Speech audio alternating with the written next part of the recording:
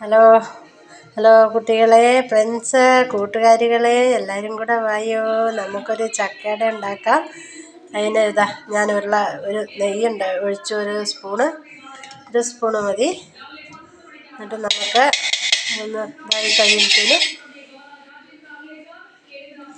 നെയ്യാണ്, മിൽമ നെയ്യ്. നമുക്കുണ്ടല്ലോ നെയ്യൊന്ന് ചൂടായി അന്നേരം ഈ ചക്ക ഒരുക്കിയെടുത്ത ഈ ചക്ക ഇതിനകത്തോട്ടിടും. ഇത് നല്ലോണം വഴുത്തിയെടുക്കണം.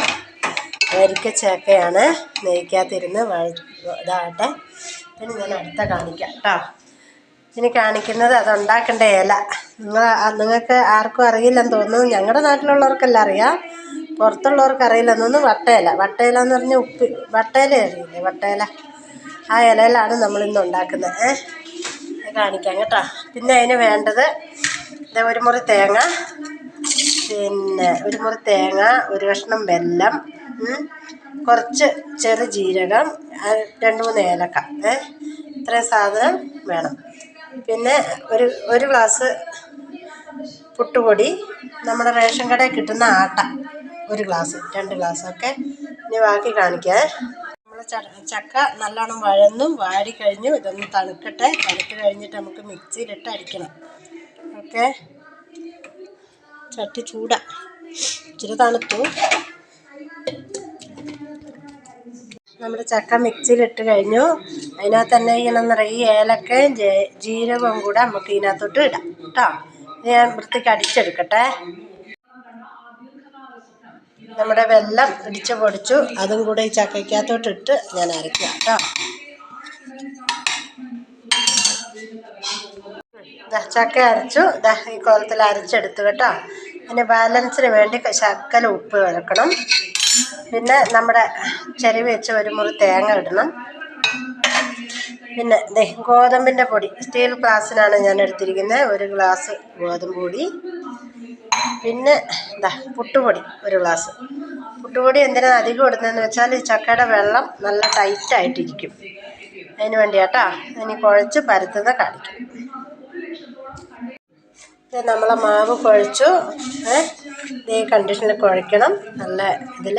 എന്നിട്ട് നമുക്ക് എന്ത് ചെയ്യണം, പരത്തുന്നതും കൂടെ കാണിക്കാം. ഞാൻ ഒറ്റ കൈക്ക് എടുക്കുന്നതുകൊണ്ടാണ് കേട്ടോ, എനിക്ക് വീഡിയോ പിടിക്കാൻ ആരുമില്ല, ഞാൻ തന്നെ പിടിക്കുന്നതുകൊണ്ടാണ്. അപ്പോൾ ഇതിങ്ങനെ കുഴച്ച് ആവശ്യത്തിനെടുത്ത് ഈ ഇലയിലോട്ട് വെക്കുക. ഈ ഇലയിലോട്ട് വെക്കുക, വട്ടയിലയിൽ ഒന്നും ചെയ്യണ്ട. ഇങ്ങനെ ഉരുട്ടുക, ഇങ്ങനെ വെക്കുക. ഇങ്ങനെ ഒരു അമുക്ക്, ഒറ്റ അമുക്കിന് എത്തേണ്ടടുത്തൊക്കെ എത്തിക്കണം.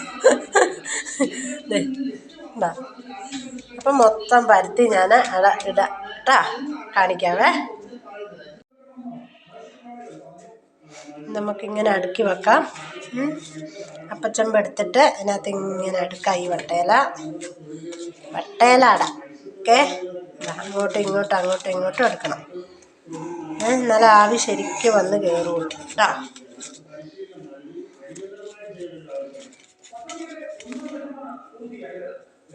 ഇതേപോലെ അപ്പുറം ഇപ്പുറം വെച്ച് അടുക്കി നമ്മൾ പൊത്തി വെക്കാം.